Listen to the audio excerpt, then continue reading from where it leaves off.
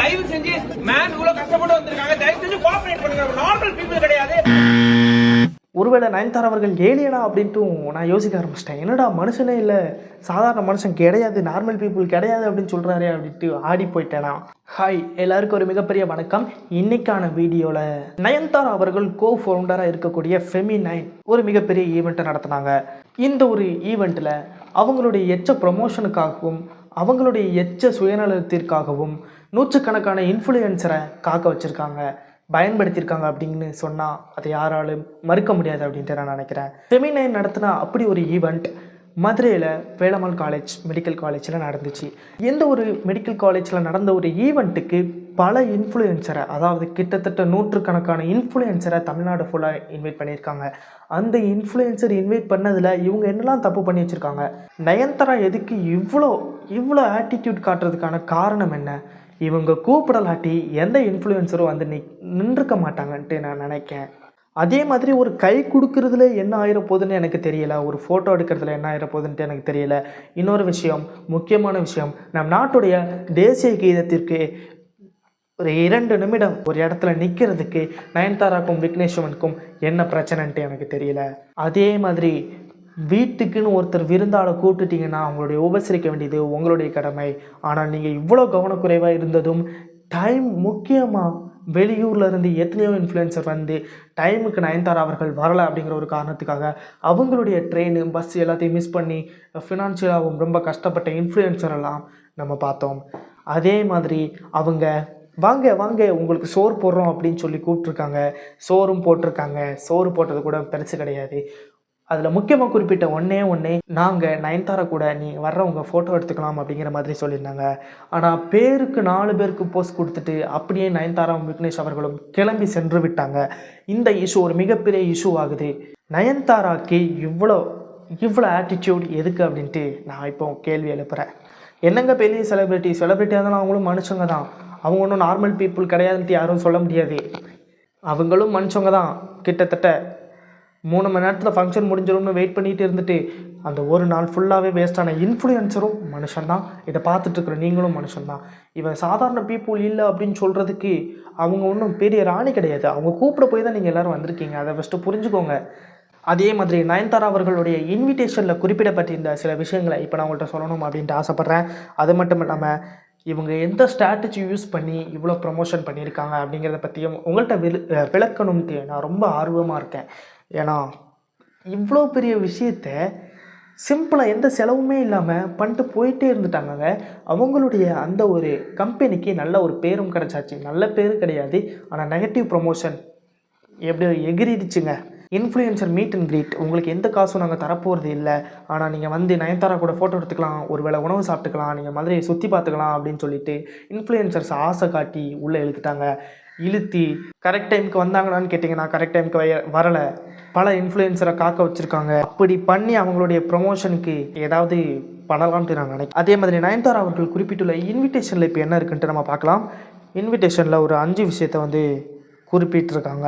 அதில் முதல் விஷயத்தை இப்போ நம்ம பார்க்க போகிறோம். முதல் விஷயம், it is not paid promotion, brand promotion or movie promotion.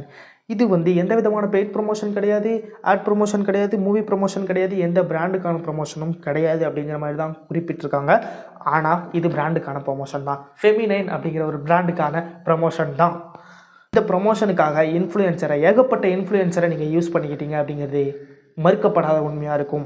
அதே மாதிரி 2வது பாயிண்ட் அப்படின்னு பார்க்கும் பொழுது, இட்ஸ் இன்ஃப்ளூயன்சர்ஸ் அரவுண்ட் இந்தியா. இன்ஃப்ளூயன்சர்ஸை நாங்கள் ஒன்று கூட்டுற ஃபங்க்ஷனாக தான் இதை நடத்துகிறோம் அப்படிங்கிற மாதிரி நயன்தாரா அவர்கள் சொல்லியிருக்காங்க. இன்ஃப்ளூயன்சர்ஸை ஒன்று கூட்டுற நடத்துகிற இடத்துல உங்களுடைய பிராண்டோடைய ஃபோட்டோக்கு என்ன வேலை, உங்களுக்கு என்ன வேலை அப்படின்ட்டு நான் கேள்வி எழுப்புகிறேன். இதை நடத்தின ஈவெண்ட் மேனேஜ்மெண்ட் கம்பெனி இதெல்லாம் கேள்வி எழுப்புனீங்களா அப்படின்னு கேட்டிங்கன்னா எனக்கு தெரியலை. உங்களுடைய ஈவெண்ட் மேனேஜ்மெண்ட் கம்பெனி மேலே ஒரு மிகப்பெரிய பிளாக் மார்க் இந்த ஒரு இதனால் விழுந்திருக்கும்ட்டு நான் தெரிவிச்சுக்கிறேன். அந்த ஒரு ஈவெண்ட் மேனேஜ்மெண்ட் கம்பெனியை சைடில் ஆட் பண்ணுறேன், நீங்கள் பார்த்துக்கோங்க. அதே மாதிரி 3வது விஷயம் அப்படின்னு பார்க்கும் பொழுது, we can take photo with Nayanthara ma'am and arranged lunch for influencers. Nayanthara ma'am கூட நீங்கள் ஃபோட்டோ எடுத்துக்கலாம் வர்ற இன்ஃப்ளூயன்சர் அப்படிங்கிற மாதிரி சொல்லியிருக்காங்க. அதே மாதிரி 4வதாக சொன்ன அவங்க ஒரு விஷயம், பப்ளிக் நாட் அலவுடட், பப்ளிக் பீப்புள் உள்ளே வரமாட்டாங்க, ஸோ உங்களுக்கு எந்த பிரச்சனையும் இருக்காது அப்படிங்கிற மாதிரி சொல்லியிருக்காங்க.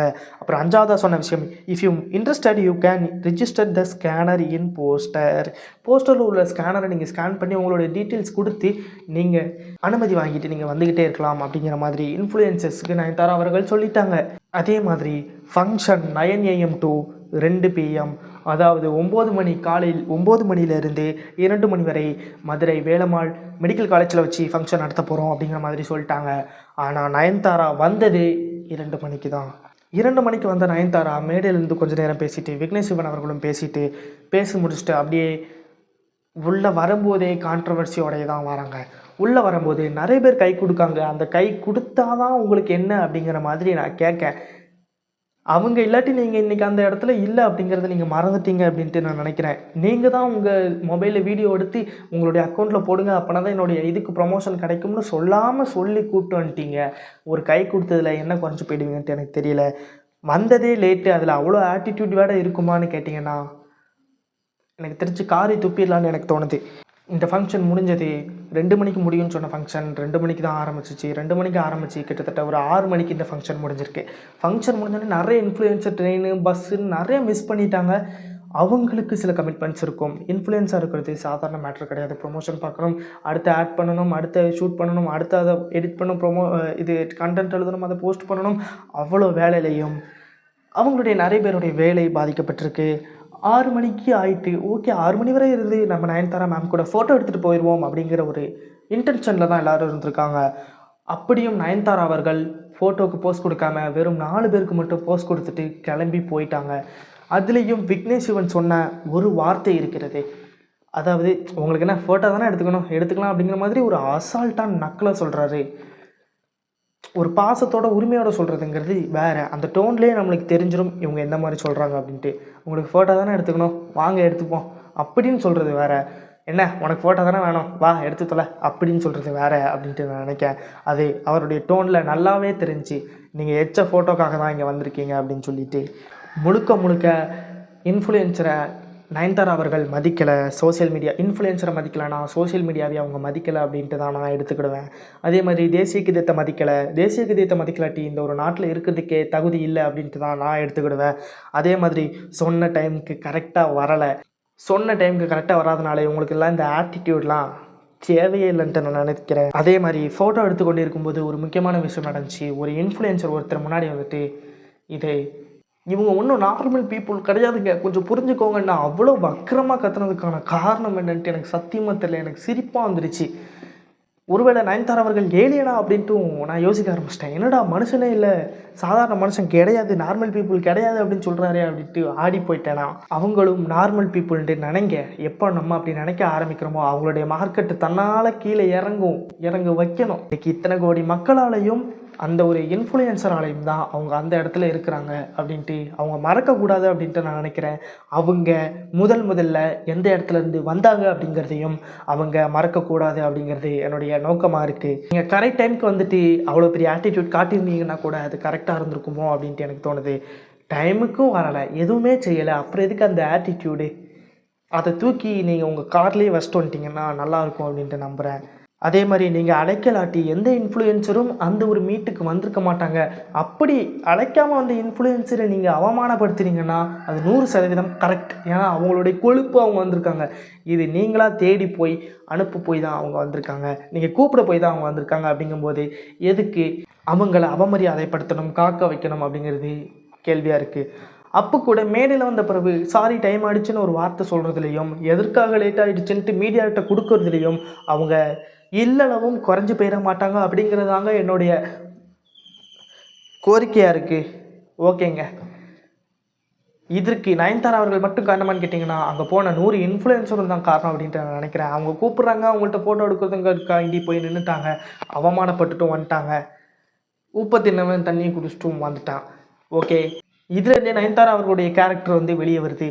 ஒரு கோயிலில் வச்சு கூட அவங்கள தொட்ட பெண்ணை தொடாத அப்படின்னு சொல்லிட்டு உடனே ஏசினவங்க தான் நம்ம நயன்தாரா அவர்கள். ஆமாங்க, இது உண்மையில் நடந்த விஷயம்தான். இந்த வீடியோவை நான் இதோட முடிச்சுக்கிறேன். இது மாதிரியான அடுத்த நிறைய வீடியோஸ்லாம் நீங்கள் பார்க்கணும் அப்படின்னா நம்ம சேனலை சப்ஸ்கிரைப் செய்து வச்சுக்கொள்ளுங்கள். நான் ரிப்போர்ட்டர் பிரேம்குமார்.